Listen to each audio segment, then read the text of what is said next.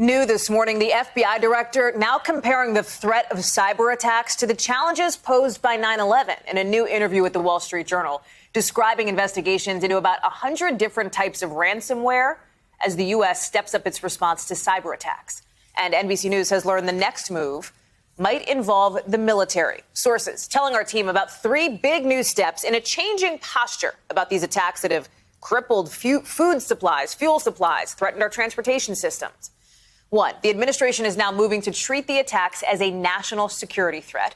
And two, using intel agencies to spy on foreign criminals. Three, this is where the military comes in. Administration officials, quote, contemplating offensive cyber operations against hackers inside Russia, all according to U.S. officials and other sources familiar with the matter. NBC's national security correspondent Courtney Kube has more on what we're learning and what it means. Courtney, great to see you. So lay out for us where the military might fit into the picture of the response to these attacks, because typically, right, we would not normally think about the military going up against purely criminal enterprises rather than state actors.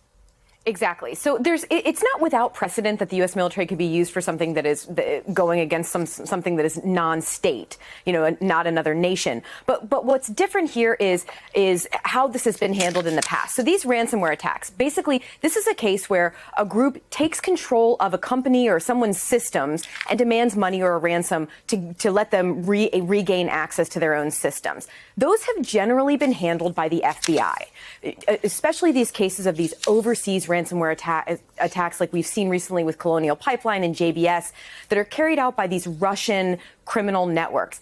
Technically, or generally, those are handled by the FBI. But in the past, there's very rarely any kind of adjudication or anyone who's held liable for them, because the U.S. just doesn't have jurisdiction to go after these groups that are harbored in Russia. They have safe haven in Russia.